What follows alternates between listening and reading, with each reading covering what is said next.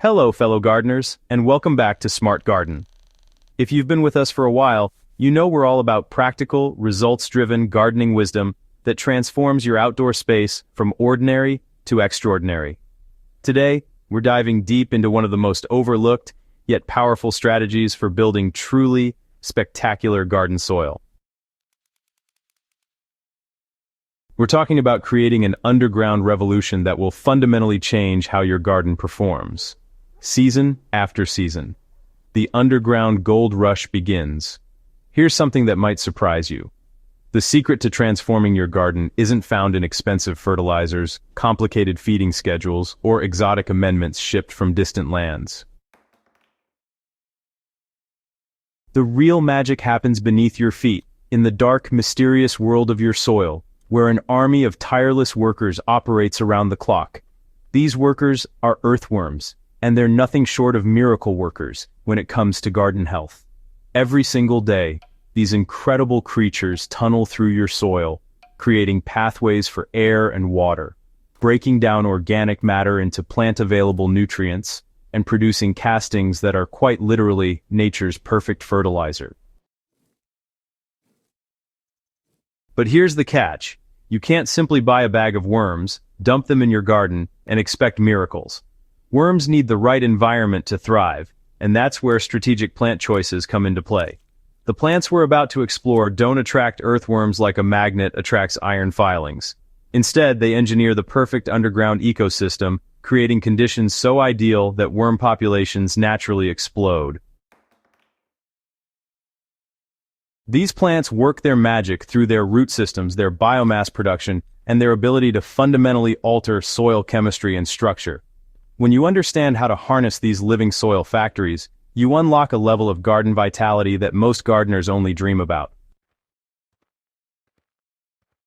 Decoding the worm whisperer, plant number 1 revealed. Let's start with the legume family, and specifically, let's talk about fava beans. Now, you might also consider clovers, field peas, or vetch, but fava beans are particularly impressive for gardeners who want immediate, visible results. These plants are what we call green manure crops, and they possess an almost magical ability to transform atmospheric nitrogen into soil-available nutrients through a fascinating partnership with specialized bacteria. Here's how the underground transformation works. Fava bean roots develop nodules that house rhizobia bacteria. These microscopic partners capture nitrogen from the air spaces in your soil and convert it into compounds the plant can use. But the real genius happens when these plants complete their life cycle, or when you cut them down and incorporate them into your soil. As the roots decompose, they release all that captured nitrogen directly into the surrounding soil, creating a nutrient-rich feast that feeds the entire soil food web. Earthworms don't directly eat nitrogen, but they absolutely gorge themselves on the microorganisms, fungi, and bacteria that flourish in nitrogen-rich environments. The root system of fava beans creates another critical benefit. As these plants grow, their roots penetrate deep into the soil profile, creating channels and breaking up compacted layers. When the roots die and decompose, they leave behind organic matter throughout the soil column, not just at the surface. This three-dimensional food source encourages worms to move throughout the entire depth of your garden beds, aerating and enriching soil that would otherwise remain dense and lifeless. The decaying root material also improves soil structure, creating the crumbly, moisture-retentive texture that earthworms find, well, pretty much irresistible. For maximum impact, plant fava beans in fall or early spring, depending on your climate. Let them grow until they begin flowering, then cut them down at soil level. You can leave the chopped material on the surface as mulch, or lightly incorporate it into the top few inches of soil. The key is to leave the roots undisturbed underground, where they'll decompose slowly and feed your worm population for months to come. Within weeks of planting your main garden crops in this enriched soil, you'll notice the difference: darker, richer earth that's teeming with life. The microbial masterpiece, plant number 2 unveiled. Now, let's turn our attention to comfrey, an herb that veteran gardeners consider an absolute essential, but that, honestly, many beginners have never even heard of. Comfrey is what plant scientists call a dynamic accumulator, and this characteristic makes it an unparalleled tool for creating worm-rich soil. The plant develops an extraordinarily deep taproot system that can penetrate 6 feet or more into the subsoil, accessing minerals and nutrients that shallow-rooted plants can never reach. As comfrey grows, it pumps these deep soil nutrients up into its leaves, essentially mining fertility from depths your vegetables could never access and concentrating it in harvestable, above-ground biomass. When you cut comfrey leaves and use them as mulch around your garden plants, or when the plant naturally drops leaves throughout the growing season, this nutrient-dense material begins decomposing directly on the soil surface. The decomposition process attracts earthworms like nothing else because it creates a slow-release buffet of the exact compounds they need to thrive. But comfrey's benefits extend far beyond its nutrient-accumulating abilities.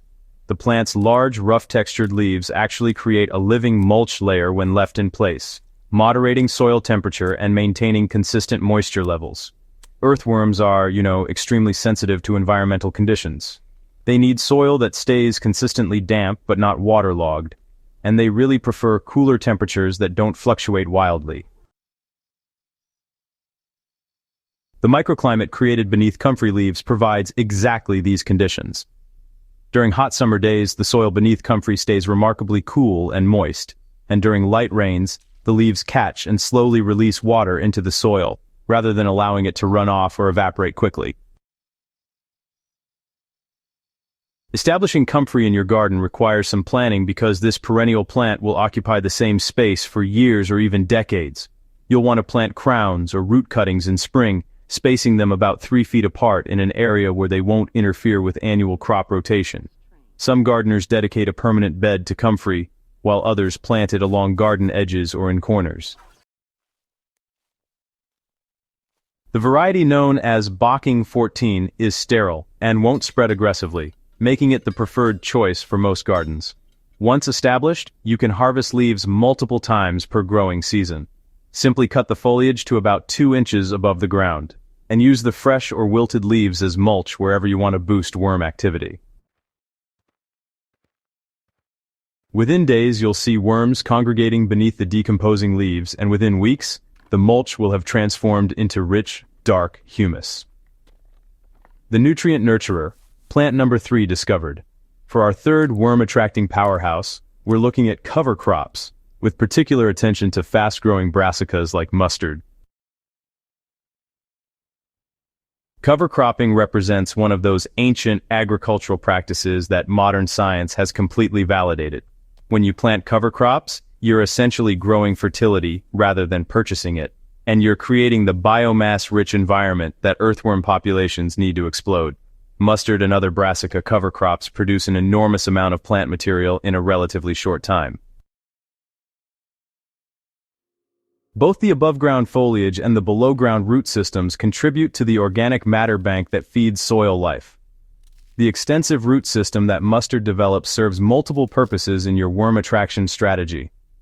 First, these roots physically break apart compacted soil layers, creating the porous, well-aerated structure that earthworms need for tunneling.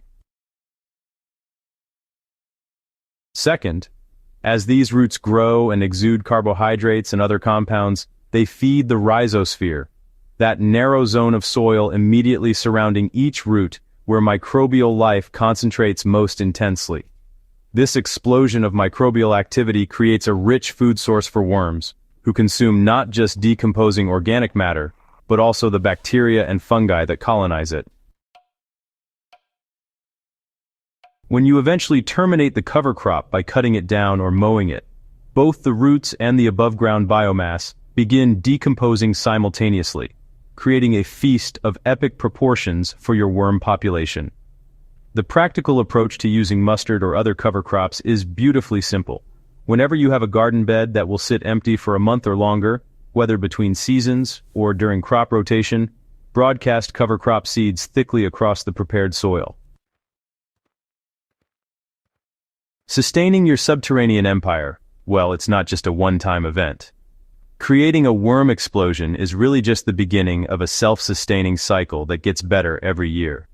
The three plants we've explored actually work together, kind of synergistically, to build the kind of soil ecosystem that supports not just earthworms, but the entire community of beneficial organisms that help gardens thrive.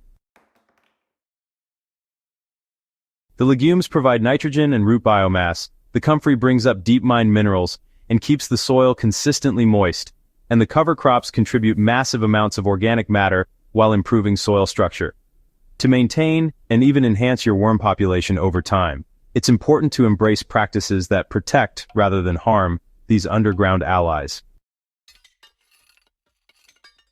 Minimize tillage wherever possible, because every time you turn the soil, you destroy worm burrows, disrupt their habitat, and might even injure or kill worms directly. Instead, try adopting no-till or low-till methods, using a broad fork to gently aerate the soil when necessary, rather than inverting it with a spade. So, keep your soil covered with organic mulch at all times, whether that's cover crop residue, comfrey leaves straw, or, chopped leaves. This mulch layer moderates temperature, maintains moisture, and provides a continuous food source as it slowly decomposes. And finally, commit to organic methods by eliminating synthetic fertilizers and chemical pesticides from your garden. These substances can devastate earthworm populations, killing them directly or destroying the food sources they depend on. When you feed your soil through organic matter additions, rather than feeding plants through synthetic inputs, you build a resilient ecosystem that becomes more productive and self-sustaining with each passing season. The worm explosion you create through these three strategic plant choices represents far more than an interesting garden experiment. It's a fundamental shift toward working with nature's systems rather than against them, and the results speak for themselves. Darker, richer soil, healthier plants, better yields, and a garden that practically takes care of itself.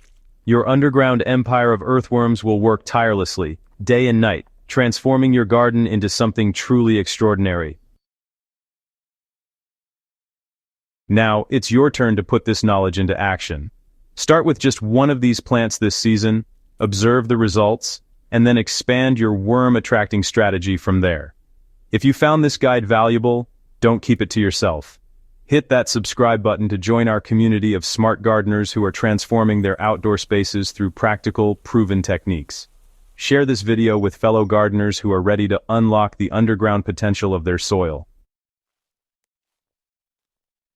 Drop a comment below and let us know which of these three plants you're most excited to try, and share your own experiences with building worm-rich garden soil. Together, we're growing not just gardens, but a community of knowledgeable, passionate gardeners who understand that the real magic happens beneath the surface. Happy gardening, everyone!